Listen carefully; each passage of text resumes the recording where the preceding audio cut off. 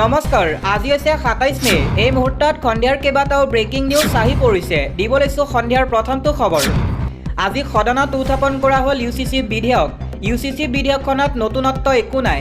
মুখ্যমন্ত্ৰীয়ে কেন্দ্ৰীয় মন্ত্ৰীসভাত স্থান পাবলৈ তৈলমৰ্দন কৰিবলৈ এই বিধেয়কখন আনিছে।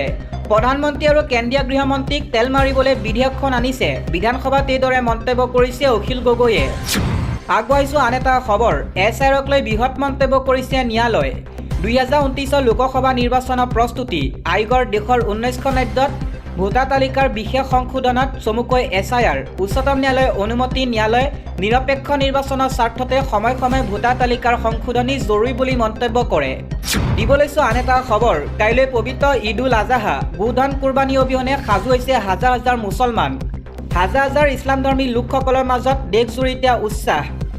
সজাই পৰাই তোলা হৈছে সমগ্ৰ ৰাজ্যৰ প্ৰতিখন ঈদগাহ মৈদান। মাজত মাত্ৰ কেইটামান মুহূৰ্ত বাকী আছে। কাইলৈ একেলগে নামাজ আদায় কৰিব হাজাৰ হাজাৰ মুছলমানে।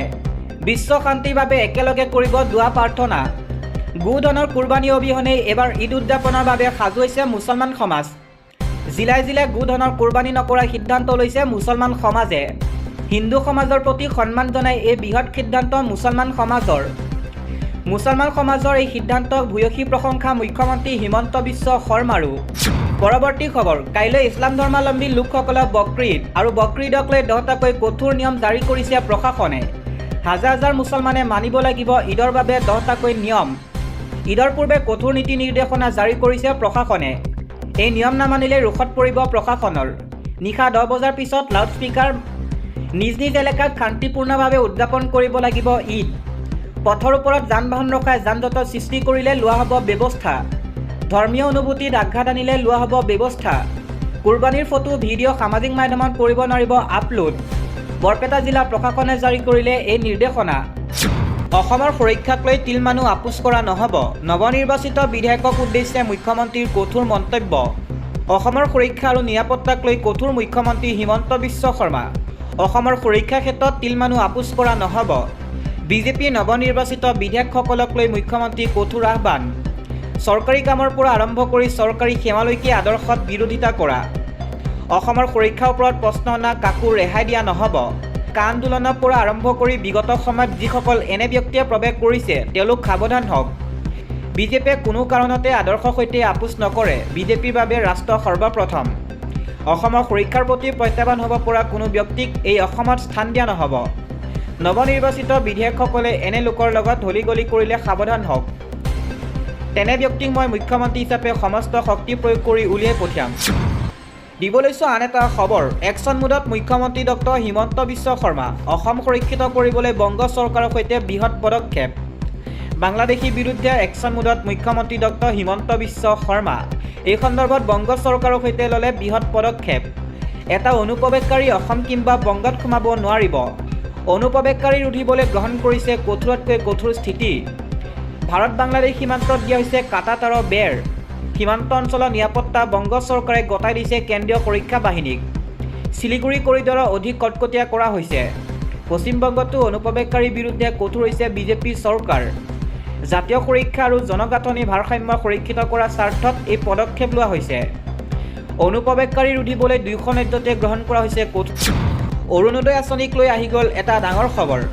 হিতাধিকাৰী তালিকাত হ'ব পাৰে ডাঙৰ সাল সলনি। যোগ হ'ব নতুন নিয়ম। অৰুণোদয় হিতাধিকাৰীক লৈ চলিব সমীক্ষা। হিতাধিকাৰী ঘৰে ঘৰে গৈ পুনৰ কৰা হ'ব ভেৰিফিকেশ্যন। আৰ্থিক অৱস্থা উন্নত হোৱাসকলৰ কৰ্তন হ'ব পাৰে নাম। অৰুণোদয় পোৱা পৰিয়ালৰ সদস্যই চৰকাৰী চাকৰি পালে কৰ্তন হ'ব নাম।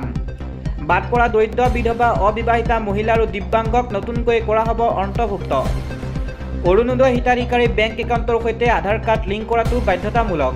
দিব লৈছোঁ আন এটা খবৰ। ইন্ধনজাত সামগ্ৰীৰ মূল্যবৃদ্ধিৰ বিৰুদ্ধে আছু ৰাজ্যজুৰি তীব্ৰ প্ৰতিবাদ।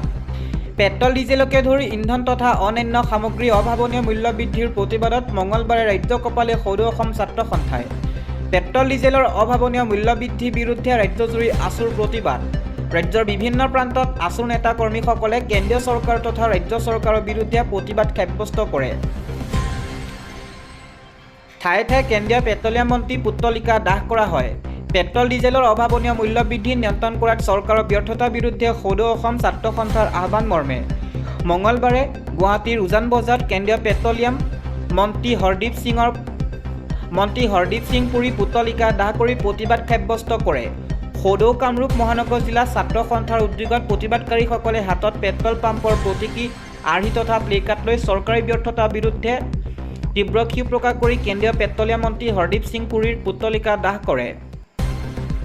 লগতে পেট্ৰল ডিজেল আৰু ৰন্ধন গেছৰ ক্ৰমাগত দাম বৃদ্ধি অনতিপলমে নিয়ন্ত্ৰণ কৰা আৰু সৰ্বসাধাৰণ ৰাইজৰ ওপৰত জাপি দিয়া আৰ্থিক বোজা হ্ৰাস কৰিবলৈ চৰকাৰক তৎকালীনভাৱে পদক্ষেপ গ্ৰহণ কৰিবলৈ দাবী জনায়। আকাশলংঘী মূল্যবৃদ্ধি ৰোধ কৰিবলৈ আৰু জনসাধাৰণক সকাহ দিবলৈ চৰকাৰক দাবী জনাই সৌদ অসম কামৰূপ মহানগৰ জিলা ছাত্ৰ সন্থাৰ সাধাৰণ সম্পাদক সমীৰণ কলিতাই কয়, চৰকাৰৰ ভুল নীতি আৰু বজাৰ নিয়ন্ত্ৰণৰ অভাৱৰ বাবে আজি সাধাৰণ জনতাই জীয়াতু ভুগিবলগীয়া হৈছে। অত্যাৱশ্যকীয় সামগ্ৰীৰ মূল্যবৃদ্ধিৰ ফলত সাধাৰণ জনজীৱন চলাই নিয়াত অসুবিধাৰ সন্মুখীন হৈছে। মূল্যবৃদ্ধি ৰোধ কৰিব নোৱাৰা চৰকাৰৰ বিৰুদ্ধে নিৰৱচ্ছিন্ন প্ৰতিবাদ অব্যাহত থাকিব।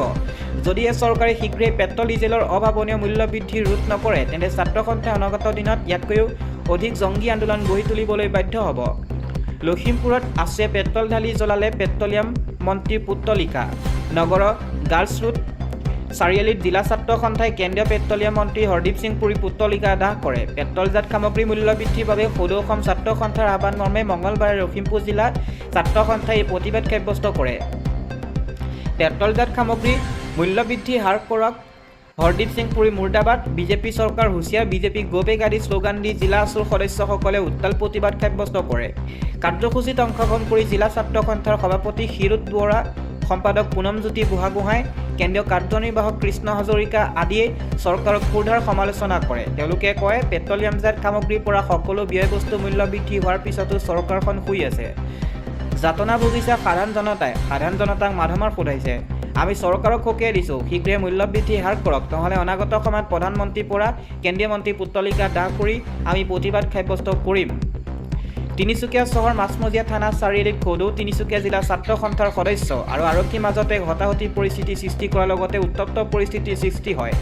সদৌ অসম ছাত্ৰ সন্থাৰ আহ্বানত সদৌ তিনিচুকীয়া জিলা ছাত্ৰ সন্থাৰ উদ্যোগত কেন্দ্ৰীয় চৰকাৰৰ পেট্ৰলিয়াম মন্ত্ৰী হৰদীপ সিং পুৰী পুতলিকা দাহ কাৰ্যসূচী ৰূপায়ণ কৰে। পেট্ৰল ডিজেলৰ ধাৰাবাহিক হোৱা মূল্যবৃদ্ধিৰ বিৰুদ্ধে কঠোৰ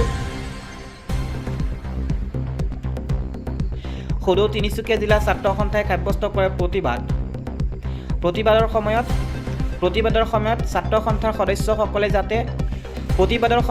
সন্থাৰ সদস্যসকলে হাতে হাতে প্লেকাৰ্ড লৈ মূল্যবৃদ্ধি ৰোধ কৰক, পেট্ৰল ডিজেলৰ দাম বৃদ্ধি নিয়ন্ত্ৰণ কৰক।